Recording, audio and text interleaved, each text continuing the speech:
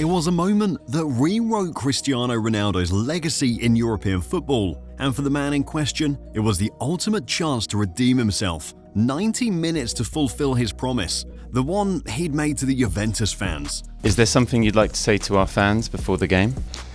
Yes, I want. Well, what I want to say, it's Tuesday night, let's thinking positive, let's believe. It's possible, but we need your help. Make the stadium good, beautiful, be everything together, everyone together, and we need your help because we're gonna do it our job. His career was on the line. Everything Ronaldo stood for.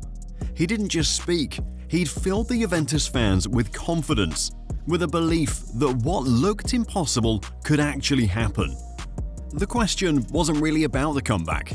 2 goals, 3 goals, heck even a 4-goal first leg deficit had been overturned in the Champions League prior. It was who Juve had to do it against. In this case, even Diego Simeone, with his substitution patterns, essentially made the decision of saying, we can beat Juventus tonight. Never mind the second leg, we can beat them tonight and we can make a statement tonight, and they certainly did so. What's wrong? An Atletico Madrid team that put out a statement result. Everyone knew what Simeone's brand of football was. Die-hard, dogged defending. What made it worse now was that they had a 2-goal lead. If they put on a classic performance in Turin, Ronaldo would be in serious trouble. So on the 12th of March 2019, the entire world tuned in to the Allianz Stadium for what promised to be an epic showdown. But this would be getting ahead of the story. To understand how big this one was, we have to go back a bit. To the summer of 2018, Cristiano Ronaldo shocked the world. He announced his decision to leave Real Madrid after 9 years and join Juventus. Los Blancos' all-time top scorer with 451 goals, 4 Champions League titles for Real, the all-time Champions League top scorer, 2 La Liga titles, 16 trophies, 4 Ballon d'Ors, but Ronaldo wanted a new challenge. He'd already won everything at Real Madrid, the same way he'd done at Manchester United. But at 33, Ronaldo knew this was going to be an even bigger challenge. He wasn't the same athlete he was at his peak, which made the decision even harder. Coming to Juventus, everyone knew what Ronaldo's goal was, to win the Champions League, but his debut in the competition couldn't have gotten off to a worse start. Ronaldo could be in big trouble. Ronaldo is in big trouble. This is the Champions League. Headline being written, Ronaldo's first return to Spain since leaving Real Madrid sees the European Champions League record scorer sent off. A red card against Valencia in the opening game. That image of Ronaldo in tears was already making the move look like a horrible decision. But the truth was that this was only a blip. He'd actually settled into life pretty well in Turin. He already had 3 assists to go with the 1 goal he'd scored in the competition. But in that round of 16 first leg against Atleti, Ronaldo's return to Madrid didn't go as planned. It was bad enough that they lost 2-0, but what followed was even worse.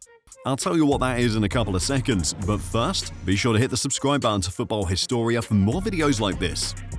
Cristiano, ¿qué? Ahora 5 y a dormir, ¿eh? Cristiano, 5, ¿qué? Llorar, a llorar, a Turín, a llorar. Ya está, 2-0, ni manita ni nada, 2-0 y fuera. Saque la manita pues de quiera, adiós, vaya Italia, no vuelva. Cero calentito de aquí. Ahí, para Italia. The Atleti fans mocked him. Simeone dropped a celebration that looked like an insult. And for the first time in his career, it really did look like Ronaldo was finished. The game got to him too.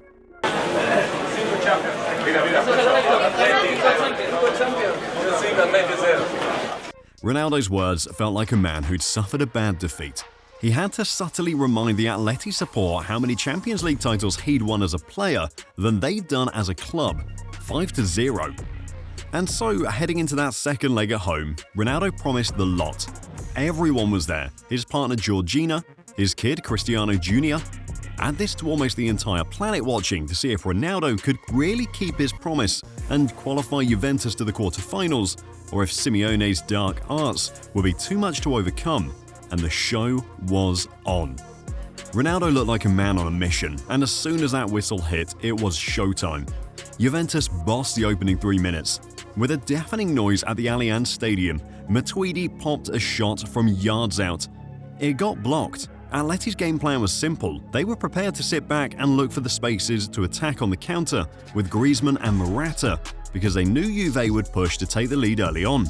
It's an experienced Atleti backline too.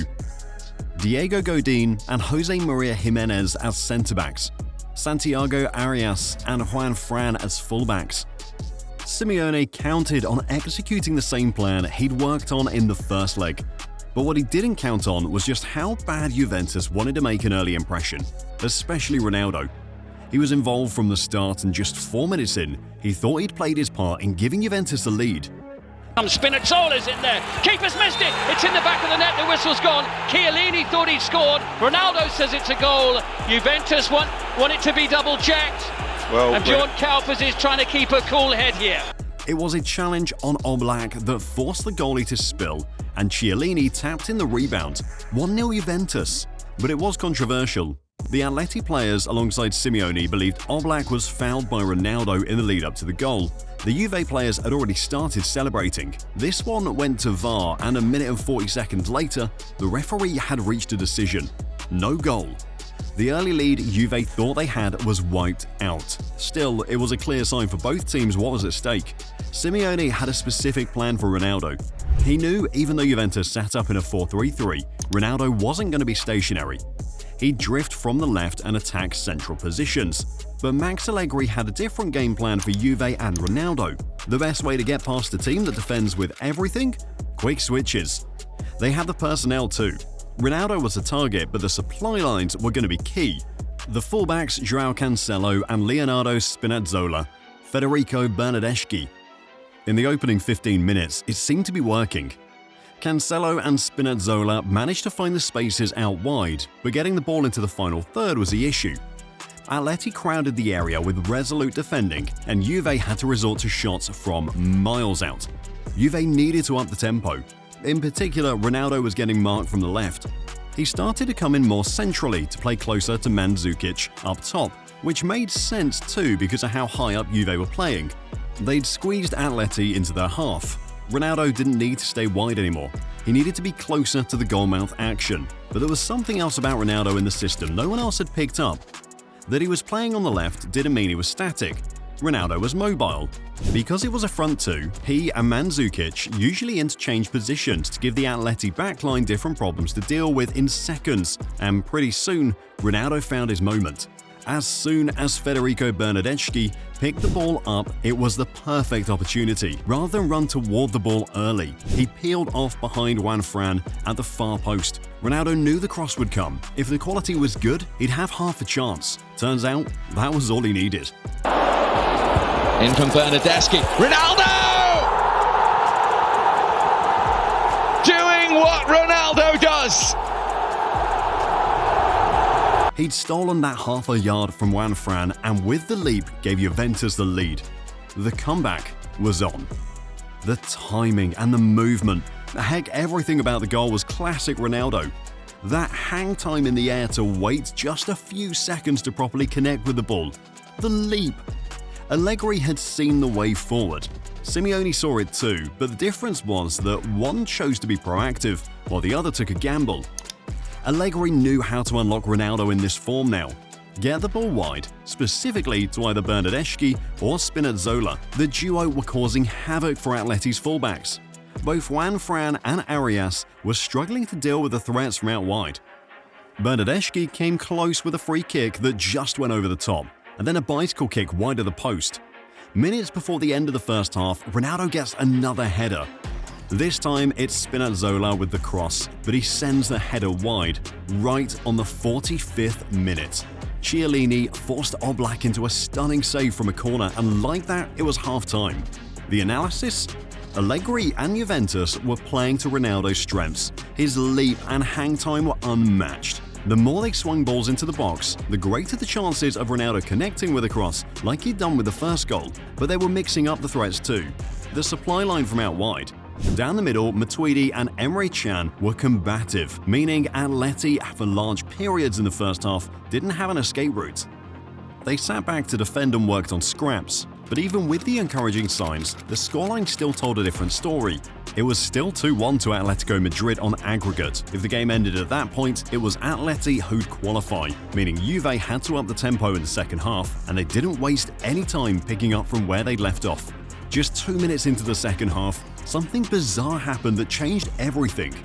Atleti tried to play expansive football. Thomas Lemar attempted to switch the ball cross-field to Santiago Arias, but Ronaldo dropped deep to intercept, and as soon as he did, Juve went straight into action. Ronaldo found Spinazzola on the right, but the space was blocked, so they recycled the move again. This one, though, was all about Ronaldo. He'd picked his spot, and just as he'd done in the first half, he identified what almost looked like a non-existent gap between the two centre-backs, Godin and Jimenez. Bernardeschi whipped in another cross, and boom! Of this second half, lifted in towards Ronaldo! What a save, Ronaldo on the follow-up! All kinds of appeals. It's in. And the referee's given it. Initially, it looked like Oblak had saved it, but thanks to goal line technology, the referee got the signal that the ball had crossed the line. 2-2. Ronaldo 2, Atletico Madrid 2. Suddenly, this game was level again. Ronaldo had bagged 2 headers to drag Juve back into the game, and the job still wasn't done. This was at a time when away goals was still a thing in the Champions League. If Atleti scored 1, Juve would have to score 2 or else get knocked out. The next goal was always going to be huge in a game like this, and that's when both coaches tried to make tactical shifts. Simeone, unfortunately, was no stranger to what was happening. He and Ronaldo, they go way back. Preparar algo en contra de un futbolista como él, es un animal del gol. Evidentemente tiene registros que son tremendos y evidentemente cualquier situación que pueda suceder con él en la cercanía del área genera peligro o atención. Evidentemente no es fácil de controlar. He knew how dangerous Ronaldo could be at turning half a chance into goals, but he also knew that Ronaldo was benefiting from the crosses coming from out wide, so he made the substitution. Thomas Lemar off, Angel Correa on. He wanted to catch Juve on the break. One goal could change everything. And on the other side, Max Allegri soon decided to throw caution to the wind. Spinazzola's evening was done. His replacement, Paulo Dybala. Allegri wanted to add some firepower to his attack, and with both teams making subs, the game became more open. Ronaldo was still the obvious threat, and yet he was showing more. He was a danger in the penalty area, but he also showed he could be more useful outside it. He drew the foul from Juan Fran that almost led to Mandzukic connecting with Pjanic's cross. The point is, Ronaldo wasn't the static centre-forward people thought he'd be for Juve. At least this game was showing it, and with less than 15 minutes to play, it went to crunch time. Juve made a sub. Mandzukic was replaced by the then 19-year-old Moise Kean, and with less than 8 minutes to play, Kean narrowly missed a huge chance.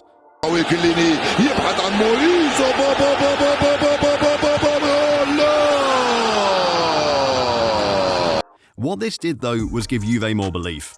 The thought of extra time wasn't even on their minds. They wanted to win this one in 90 minutes. It seemed like Moise Kean's big miss was the last one they'd get in the 90. But just 2 minutes later, Bernardeschi was once again the supply line. Juventus, here he goes. Bernardeschi down inside the box. Referee has a look. It's a penalty. That's a brilliant run. He made a mazy run from deep and was brought down in the box. Penalty. After a lengthy VAR check, the decision was approved. There was only one man on the Juve team who had the balls in the pressure cooker moment, but as Ronaldo placed the ball down, the stadium was silent. This was it. He'd taken countless penalties before, but this one had him standing on the edge. The chance to really become a hero in Turin. A Champions League record on the horizon. The chance to fulfill the promise he made to the Juve fans in the first leg. All of this against one of the best goalies in the world, in Jan Oblak. The seconds continued to tick. The ref blew the whistle, and as Ronaldo stepped up to take it, the moment got closer. He arched his run up a bit, and when he hit the ball, you just knew where it was going to go. Ronaldo, goal, goal, goal, goal. Fa'ala el magnifico Cristiano. Bottom corner, legacy cemented. In that moment, Cristiano Ronaldo had made history. It was his record equaling 8th hat-trick in the Champions League alongside Lionel Messi. The first player since Filippo Inzaghi to score a Champions League hat-trick for Juventus in the knockout stages in 1998. But in the moment, Ronaldo had cemented his legacy. The greatest Champions League goalscorer in the history of the competition. He'd done it with Manchester United, done it with Real Madrid. Now at 33, he'd single-handedly knocked his former city rivals Atletico Madrid out of the competition. The score count? Ronaldo 3, Atletico Madrid 2. And in celebrating, Ronaldo still had a special celebration for Simeone too. Balls. Big balls on the man. The clock continued to tick and Juventus managed the situation expertly. And at full time, Ronaldo had done it. Amidst the celebrations, it was clear, if you ever needed a game to remind you of just how good Cristiano Ronaldo is, how he became the GOAT, you can make a case for other classics, but this one is a standout. He defied time. At 33, he wasn't supposed to be leaping like that. He wasn't supposed to be as clutch. He wasn't supposed to be doing his signature chops or getting the crowd worked up with skills. He certainly wasn't supposed to be bagging a hat-trick that big in a game like that. Ronaldo changed the game. Juventus may not have won the competition that year, but he dropped a timely reminder. Age was, and is still, just a number for Cristiano Ronaldo. The crazy part is, in 2017, he was just as clutch in the same competition on an even bigger level, the final. Ronaldo's heroics in Cardiff were just one part of a Champions League final that shocked the world, and spoiler alert, he did it against a Juventus team he joined 2 years later. Click the next video to find out why the 2017 Champions League final will never be forgotten.